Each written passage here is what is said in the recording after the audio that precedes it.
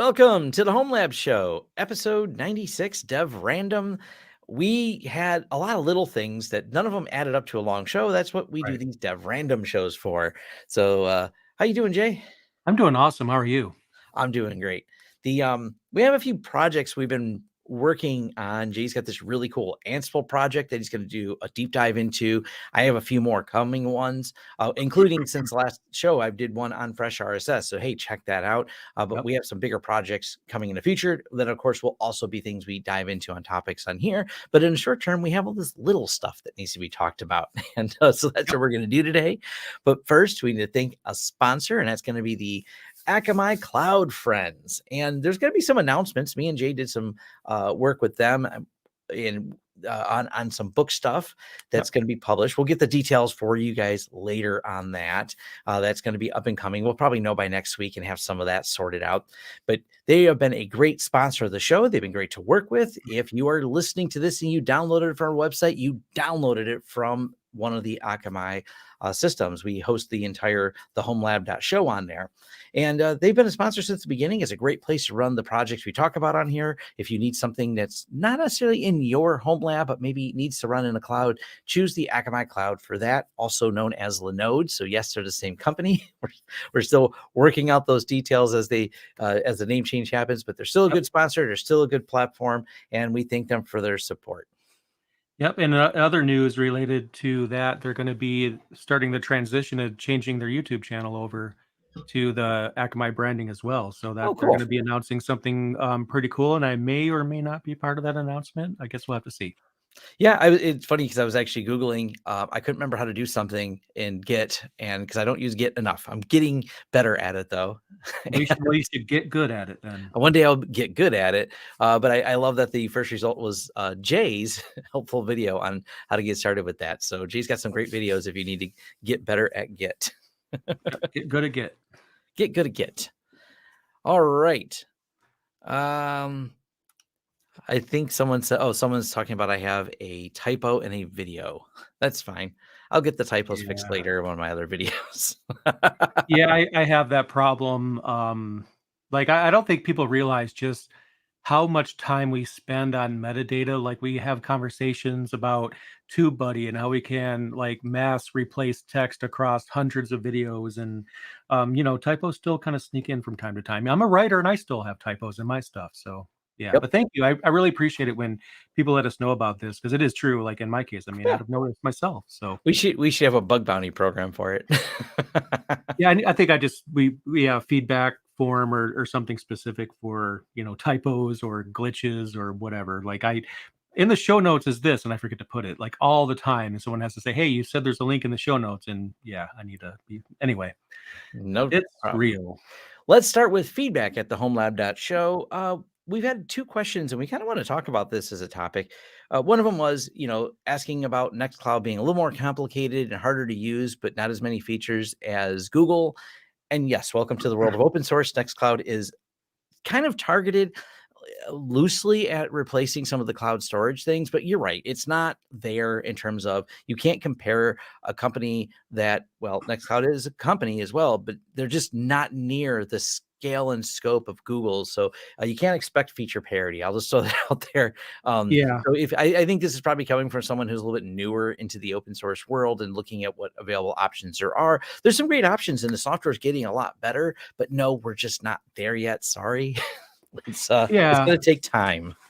But also in addition to that, I think some of that is intentional because for example, if you have Google Workspace, you have Gmail. We have Gmail with a Google account, even without that. But that's a part of it. You don't decide which email service you want to use with Google Workspace. You get that whether you want to use it or not. With Nextcloud, you can have email built in as well, but they're not an email server. And I think that's intentional because then you can slot in whatever email service you want for the backend service and then expose it to the front. And sometimes I wonder if some of that's intentional because when it comes to home lab people and IT administrators, they generally want to slot in their own thing for each individual service. So I think being modular is kind of the goal, and that's something with open source you have to understand too, because a lot of times it's about helping you build your solution, not building a solution for you to use, if that makes sense. Right. And a quick Google search for just scaling comparison. Quick Google search yields. I didn't validate this for accuracy, but Nextcloud brings in a few $1 million a year, and Mhm. Google did $279 billion. So they have a few more dollars to throw at that little project. So And Nextcloud has less of a graveyard, just saying. yeah, yeah. Um, Oh yeah, yeah, they but way less of a graveyard. That's because we don't know what Google's going to keep and what they're not. That's uh, what Google Graveyard's for. but a friend of our show, Veronica from Veronica Explains, has a good point. I agree with this. She said basically, I don't expect my home built bike to do what a mass transit system can do, and I don't expect Nextcloud to replicate Google. And I think that's important to understand too, because and that kind of goes in with what I was saying. If you build your own solution, you're building your own solution. Nextcloud is a component of that. And for example, you might decide not to use the syncing service of Nextcloud because maybe you don't want to do that, but you want the other features. Then you might put in a sync thing to facilitate the syncing side of things. Stripping away the syncing in Nextcloud itself. Um, so I think looking at it through that lens is best because that Yeah. way you know that you can. There's always something else to fill in the blank if there is a blank in Nextcloud. But maybe we should catch up on Nextcloud in an episode coming up. That'd That's be fun. really diving into the features of Nextcloud is good. You've already got a tutorial on how it works and everything else. So I think that's definitely a good topic. Yep. The next feedback that I want to bring up, and there's a few rabbit holes you can go down because this question comes up a lot. And I'm probably going to order when I'm after the show, maybe during the show, if I got to pause, I'm going to order one of those Zima boards because they're pretty cool. But the low powered computing topic comes up a lot. And Right. I know there's a lot of ones that are a little sketchy, if you will, you can find on Alibaba. I don't know how to describe them other than they always have some random name. You buy them from places. The closest they do is some of them get rebranded under a name Protect Tele here in the US. But Yep. if you're looking for something that's actually brand name, I want to do some research into this. The Zima board looks interesting too, by the way, because it's x86. So you still have a nice small computer with x86 support, because as much as we'd love to talk about Raspberry Pis, and Jeff Geerling did a good job talking about alternatives to the Raspberry Pi, Yep. but he also brought up for a couple more watts, and we're not talking like a lot, but a few more watts, going x86 on some of these like mini Lenovo's that you can pick up refurbished, like the Lenovo Think Centers, the little baby ones they make. You're talking about something that is supported, is in the affordable price range, is compact enough. And if you spend any time on Reddit or Homelab, you'll see some people. I was actually shocked. Someone built a really clever 3D printed holder for several of those Lenovo mini PCs, and he built a really small, quiet, compact mini cluster that doesn't break the bank to purchase and doesn't break the wattage requirements that a lot of people have to build a low wattage show. So this is a topic that I think I'm going to dive a little bit deeper into, get my wattage meter out, buy a few of these. I have a few use cases. I know a lot of you would like to hear about it, but low wattage computing definitely makes a lot of sense. But check out the Zima board because you can get these on Amazon right now, and they're quite affordable. Right now, the Zima 832 board, which I think, if I remember right, that's got is it 8 gigs of RAM? Is that how that works? 8 gigs of RAM Yeah. and 32. I think that's how they have a naming schema that's like 832 is yeah, 8 gigs Okay. of RAM and 32 gigs of storage, and their 216 is a 2 gigs of storage and or 2 gigs of RAM and 16 gigs of storage. But either way, the 8 gig 32 gig of storage is only $172 for those Yep. wondering. Yes, it'll run PF Sense. Yes, it has a PCIe slot. Yes, you can pop in a 4-port network card in there. There's actually another YouTube channel that did a demo of that. I was like, that's clever. I'd actually messaged them when I first posted about the Zima board running PF Sense because it has the Realtek chips. And I was like, Realtek are not the best. And I actually messaged them. I said, why don't you guys grab one of those 4-port Intels? And then they did. And actually, there's a couple write-ups if you Google Zima board projects and you'll find some. But I want to put this on people's radar. Steve Gibson's talked about it on Security Now. It's a neat little box that you could do some neat things with without breaking the budget. So that definitely, Two Guys Tech. That's the other channel that had done a video on it. So I just want to throw it out there. It's something I want to actively research and maybe do a deeper dive into, because the question comes up is, where do we get some of these affordable ones? If you're lucky enough to be by a refurbisher, awesome. but you're not always that lucky, or you live in a rural area. So I'll be trying to find things that are easily accessible on eBay or Amazon, for fast shipping, not as random and reliable. So you can build something that's trustworthy and go, hey, I can build my mini cluster on this and not have to worry about hardware problems. Yeah, I think I wanna check that out too. The only reason why I haven't, I've had them reach out to me and offer me a review unit, like, multiple times, but, as we discuss off camera, the reviews on YouTube are very much, deprioritized, so it's like I wanna check it out, but I'll just buy it myself and Yeah. then try to find a project for it. I think another thing to consider if you're like me and you run a Raspberry Pi based Kubernetes cluster, I go to linuxserver.io for all of my container images because they support ARM, which means it works on Raspberry Pi, but you're still going to have a container every now and then that will not run on the Raspberry Pi because it needs x86. So one use case, and you could supplement your Raspberry Pi cluster with a Zima board, so you have an x86 node that such containers can be run on if they don't run on the rest of the cluster. So you can have that edge case covered. And this was an interesting topic that I didn't know about, and Jay was kind of explaining to me is you can incorporate ARM and x86 into your Kubernetes cluster, Yeah. and then you build the rules out so it's still a managed singular cluster, if you will, but it's got a mix of processor types. So you would then tell the services to start on based on their target of support. So I think that's an interesting way to build a project around that. Yeah, you could also have other constraints too, not just CPU. I mean, you could literally say, I only want you to run on, with these specs are met, you run on that. I mean, it does that itself where it's obviously not going to schedule a container that's going to take 2 gigs of RAM if only 512 megabytes are free, obviously. But you can supplement that and further customize the logic there, which is pretty neat that it allows you to do that. Yeah. So that's definitely gonna be a fun topic to dive into and do testing on that. And there is a question I could probably grab real quick because Sure. I think that it's a good one actually. Any sane Blue Squadron, any sane reason? Sorry, Blue Squadron is the username. Probably should have said that. Yeah. The question is, any sane reason to move on from 1 gigabit Ethernet? I don't do any video editing. Um, the thing about that is, I feel like we're hitting in some cases we're hitting a wall with 1 gigabit. I would say another reason to move on from it might be if you copy files back and forth from a file server for whatever reason.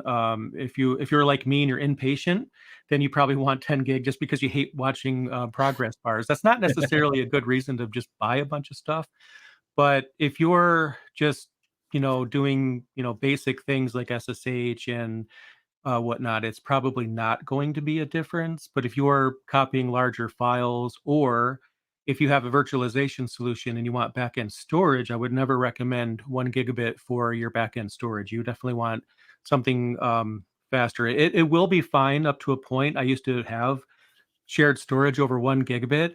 It was always fine until too many VMs were doing too many things at the same time. And then what you would see is that they will slow each other down, and the estimated time will actually be counting up rather than Mm. going down because everyone's running an Ansible job at the same time. I mean, those are some of the things you might run into. But even then, as long as you schedule things to happen one at a time, you can still avoid that. So I think it's not a matter of finding a use for it. It's a matter of looking at the things that drive you crazy in your network and whether or not those things can be solved by increasing your speed.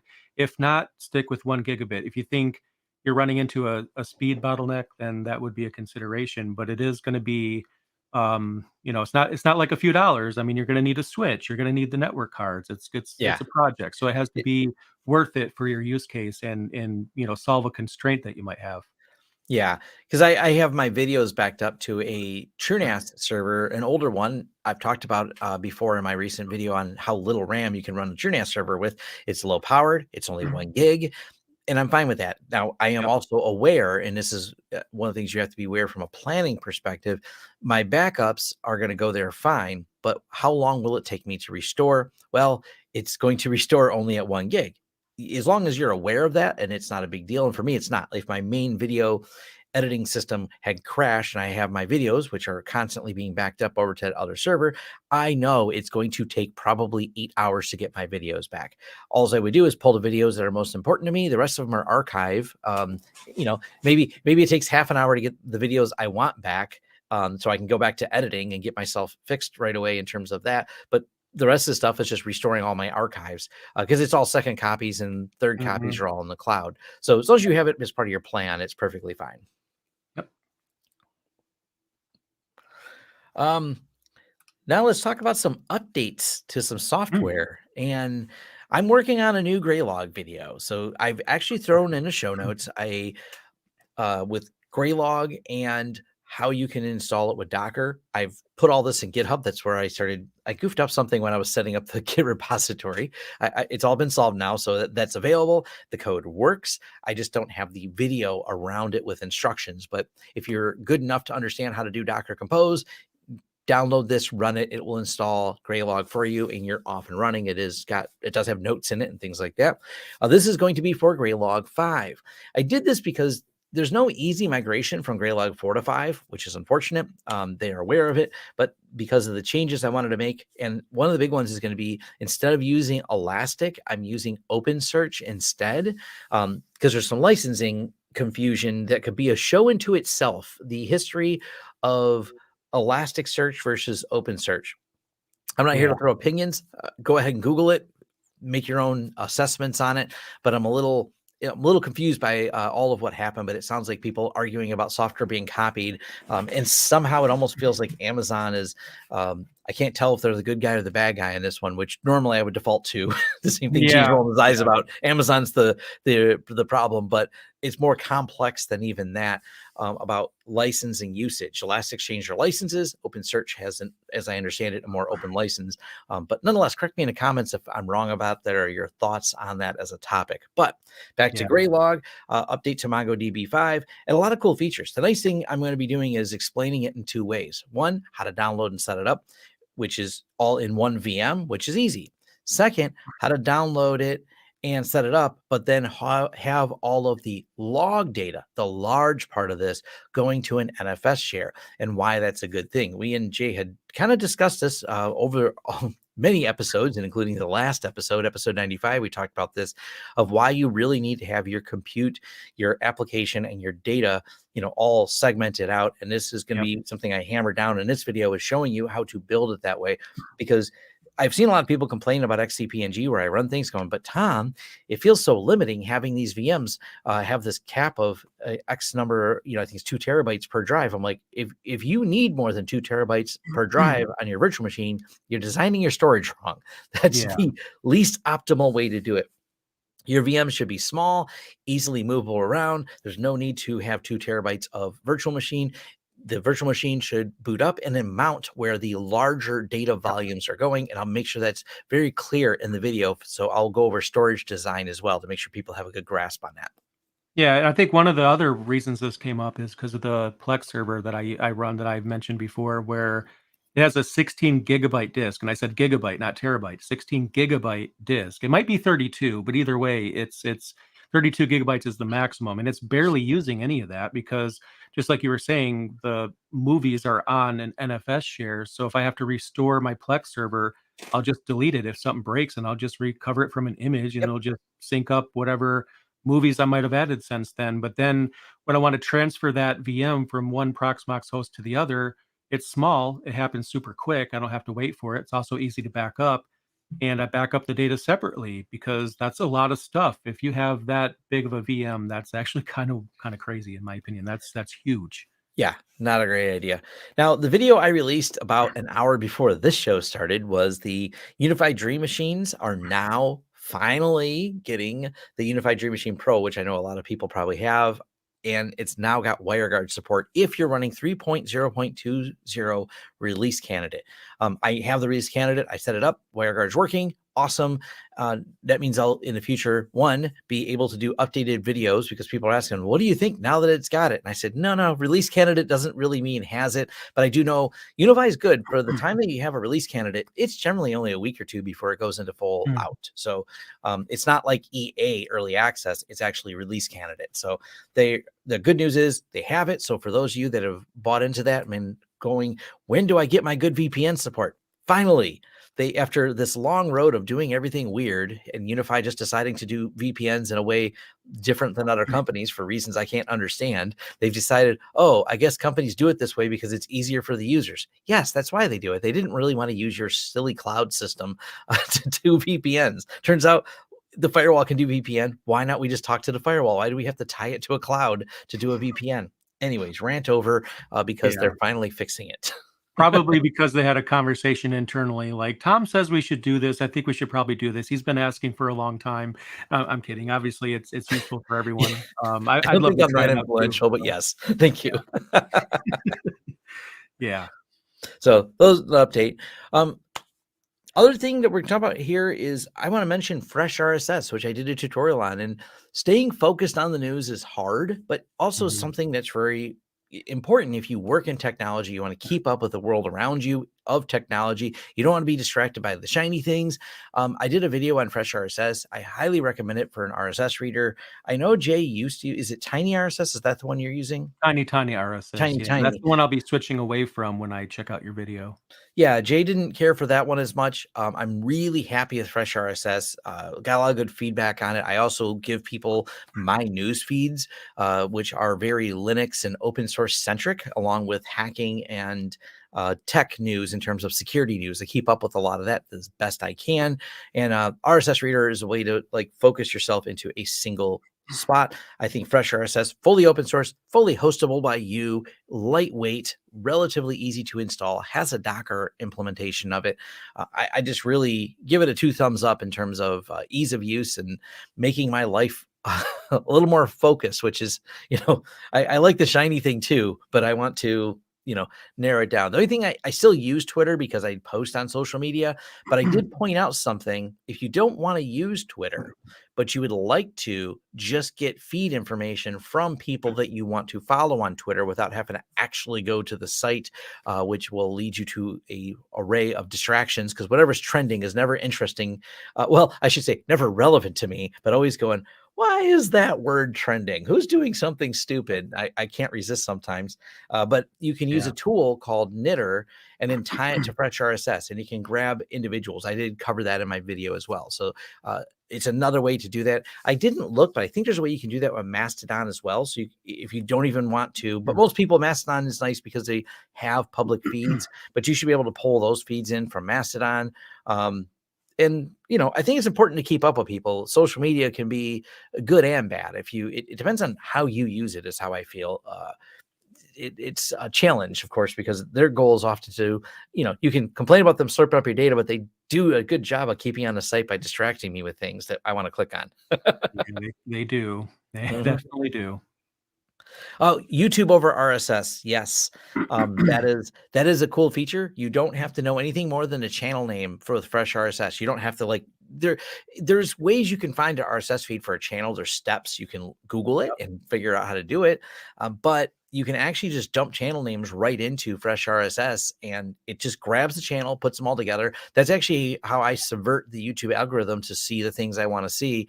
I just throw them all in Fresh RSS. I know which one of my creators have released which videos. I'm like, hey, look, that's interesting. I don't have to rely on YouTube's algorithm, which may or may not, despite how many times we tell you to click bell icons and subscribe, it may decide that it doesn't want to show you a video. So you can beat the YouTube algorithm on our behalfs by using Fresh RSS.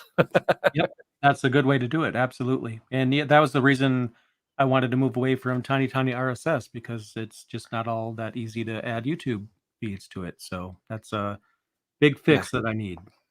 Really cool the way you add them in there. You just grab the channel name, drop it in, done. Just have them. By the way, it creates a nice index. You can do search it. So if you can't remember because you're like me and you've now subscribed to too many things in Fresh RSS, but you remember there was a topic, if you tell it, and it doesn't take much storage to do this. I keep 1,000 articles from every site that is fed in there. So I keep this rolling 1,000 article history. So I can search through all of the articles and find everyone talking about a specific topic, including the YouTube people. So I can see who's got a video on it, who's got this, and like it's just kind of a great way to do it. So Yep. and I think Jay want to talk about some Raspberry Pi compute modules. These things are neat. Yep. They really are, and we've talked about them before, but I think this is more of a refresher, and I want to put them back on everyone's radar. I feel like they're starting to take off, but they're a little bit more challenging than a Raspberry Pi. And here's the thing: so Raspberry Pi 4, you have your network port, you have your USB, HDMI, and whatnot. So it's pretty easy just to put an SD card in it and power it on and use it. Compute modules don't have any of those ports. Literally zero. It's just everything but the port. And you might think that makes it unusable, but the idea is you slot them into a main board. They have boards that can support one compute module or many, like the Turing Pi 2. You can add 4 to that one, which is one, my favorite one. And I think that this is a major thing for home labbers to consider, because the footprint is smaller. You could buy an ATX case, your favorite ATX case, a small one, a mini ATX case, and buy a board that goes in there and then slot your compute modules in there. And it just seems like a really awesome way to have Raspberry Pi servers without having to deal with all these cables all over the place, because the compute modules will share the backplane with each other. So you'll typically on the board you'll have one network port, but it's actually a switch on the inside. So they each compute module will get an IP address, and usually you can hot plug them. Is usually how that's set up. And also there's single-use devices such as the GPi, which is a Raspberry Pi compute module case that basically turns it into a handheld Game Boy, with a screen and the buttons and everything. You just put your compute module in there, and then you have your own game system. So I just wanted to put this on everyone's radar, because it might be confusing to some of you that are beginners. You look at this thing and it's like, how do I use it? There's no ports. Well, you have to buy the board for it. But one of the reasons why I wanted to bring this up too is because there's a document that'll be in the show notes that demystifies purchasing compute modules, because this in and of itself is confusing. It's not just, oh, buy a compute module and use it. Like, which one do you want? And there's so many different variations. It's kind of like mesmerizing. So the different models will have they'll have onboard storage. Some of them won't. So the light models of the compute module, those are the ones that expect you to have an SD card slot on the board. They don't have onboard storage themselves. More like a normal Raspberry Pi where you have an SD card, but just think of the SD card slot being on the board and not the compute module. But the compute module will need that for the operating system. But the non-light models will have eMMC storage on them. So there's a different way you have to program them. Jeff Geerling has videos on this. He does a good job explaining how to do this. I like the eMMC because then you have everything built in. But even then, there's models that have Wi-Fi. There's models that don't. When it comes to this eMMC version, there's a 8, 16, 32 gig version that you can get. One of the things to keep in mind is most of the time, if not all the time, I'm not too clear on this, but everything I own that uses compute modules, if you have an SD card slot and you buy the eMMC version of the onboard storage, they can't use the SD slot. So don't think you're just going to put a 2 terabyte SD cards in the slot and use it. If it's a light one, you can. And I apologize. There's the lawn mowing company is here all of a sudden. So yeah, right on time, guys. So anyway, so I just wanted to have this linked in the show notes, because it really kind of makes it easier to know which one you want. Just understand, if you buy eMMC, you're using eMMC. If you buy an SD card version, you're using the SD card version. So that's it'll be easier just to read the document that's in the show notes. But I wanted to put this on everyone's radar because they're just awesome. I love these things. Yeah, they are really cool. That link is in the show notes, and Yep. it's I gotta admit, shout out if many of you undoubtedly follow the channel ETA Prime. He talks about a lot of these handheld devices, and some of them are based on the Raspberry Pi compute modules as well. Yep. So definitely things to look in there. So I'll just paste it right in there in the chat, and we'll have it in the show notes too. So I think that just makes it a lot easier. And if you're thinking about setting up a cluster, I think it's a very good solution for that because if you have hot plug compute modules, it's like mini server cards, and you're just slotting them in as you need, which is pretty cool because then you could just have one cable without having to do power over Ethernet to every single one. You could just have one network cable, one power cable, and then the rest is handled for you. So Yeah. I seen this question come up in here, and this goes back to 2 episodes ago. We talked about Home Assistant, and Home Assistant is great, but the question of Z-Wave versus Zigbee, yes, is the answer. And I threw a link in there. You can find this. It's in our previous video about it as well. It's really weird because this is one of those, it's hard to find on the Amazon links, but I'll give you the name of the device. But like I said, we have the link in there. It's by Nortec Security and Control, and it's a Z-Wave plus Zigbee device in one. I really like this thing because it's one USB that has both protocols, so you can decide which you want. So whatever you're finding a deal on, and you can have both activated at the same time, as I do. I have some things that are Z-Wave, I have some things that are Zigbee, and they have no problem because they don't use the same frequency, but the device can control both in your Home Assistant. You don't have to choose one or the other. So that's, I just stood out there. It's one of those things that I really like that stuff. I don't think you have much stuff that's Z-Wave or Zigbee though, Jay, right? You're just using a lot of Wi-Fi. yeah, motion sensors are the only thing that uses that. So everything else is going to be the Wi-Fi basically. Yeah, it's it's a nice protocol because you don't have to attach these weird IoT devices or set them up on an IoT VLAN. I have a video coming out on that soon of why I chose to go Zigbee and Z-Wave for things, and mostly comes down to I don't have any of those weird off the wall switches that I've bought and things like that. They're not attached to any Yeah. Wi-Fi. You just press the little Z-Wave button on them, and that's not a protocol that routes internet. That's just for these devices to communicate.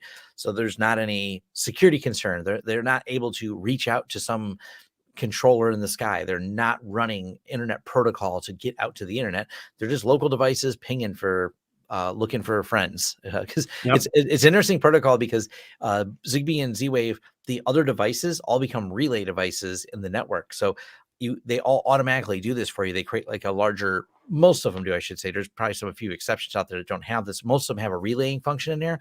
So if you have a light switch that is 10 feet away and another light switch that is 20 feet away and another one that's 30 feet away, it'll actually jump between all of them because the one that's 30 feet away, maybe the signal's not good enough, but it's good enough to talk to the other ones. And by building these Yep. mesh networks makes it a lot easier. You can dive into, there's a lot of great documentation and people who have videos on that as a topic, just how Zigbee and Z-Wave work. So it's really neat. I think it's a great way to run your home IoT stuff. It's especially good for people that don't like IoT, but they're kind of like, grinding their teeth and just kind of going into IoT as they need to for whatever they need to do it for without necessarily being cloud connected, like you were saying, which is probably a benefit for a lot of people that otherwise wouldn't even give IoT the time of day. Well, especially because the firmware problems you can run with things that connect to your Wi-Fi. Jay Yep. ran into that with certain models, and this is Hmm. one of the things that can be an aggravation setting up Home Assistant of going. You'll find a module that works in a video. And you're like, hey, the video's from last year. This guy says it works. Oh, it doesn't work this year because the newest model has a firmware that requires some cloud registration in order to Yep. work or something like that. So Z-Wave and Zigbee are ways to avoid those type of rabbit holes of time. And I think Jay had showed me like there's a firmware, but it requires doing a breakout box and soldering a couple pins or something like that. I'm like, yeah, this seems like a lot of work to get a light switch to work. Or It is. Yeah, that is a lot of work. I learned that IKEA apparently, and I haven't tested these, has devices that I believe are Zigbee that you could have like a smart switch without installing it into your actual wiring. It just mounts to the wall and it's Wi-Fi, which yep. I haven't tried it, but I think I want to. I think that'd be fun. Well, I'll the let nice you thing guys too, know how it goes. there's brand name ones, Honeywell, like companies that make regular consumer products. They've gotten into it. Lutron, I believe, is sold at Lowe's. It's just a hardware store we have that's nationwide here in the Mhm. U.S. So for our non-U.S. listeners, I don't know if they're outside the U.S., but there's at least brands that are regularly sold in stores, not weird one-off brands where you can find these, which is kind of cool. So, Yep. oh, and I'll throw this out there. I don't have any problem with Home Assistant being on my secured network. I don't see it as a threat. It doesn't itself pose a threat to me, so to speak. Like, could someone take it over because they hacked it? I mean, by default, it has SSH off and things like that. So someone could get into it and mess with my lights. But if it's on my secured network, it's less likely to even be attacked, because Home Assistant, Right. outside of updates, it reaches out to the internet for updates. It doesn't really need to be externally exposed unless you feel like externally exposing it and not using a VPN. But the people at, is it Nobukoso? The company that's behind it, Nobu Casa, I believe. Nobukasa. Something. I'm sorry. I'm trying to remember. I'm pretty sure it's something closer to Yeah, that. something along. Anyways, the people who actually support the project, they actually have a relay server you can get for external access that comes with SSL and everything else. So it's if you want to have it externally accessible, but I don't see any problem with putting it on there. And by the way, if you set it up, but you're going, well, how does it control the IoT network if it needs to be on that network? Well, you can put in either a firewall rules so it can reach out to, and this is something I have on mine. There's firewall rules because it can talk to my camera network, or specifically my Synology can talk to it for webhooks. So my Synology has one specific port open for one specific reason, and it's to be able to do webhooks. So you can pinhole firewall rules to put it all together that way. Mm-hmm. So Nabakasa is what someone said. Yeah, it's an interesting term. It's probably not something I'll remember until I have to say it a few more times. Then I'll get it. Yeah, it's easy to forget. Yeah. So Doesn't roll off the tongue. All right. Well, thank you for joining us for this Dev Random episode. This was fun. Hopefully, check out some of the videos we have where we dive way deeper in our tutorials on those topics.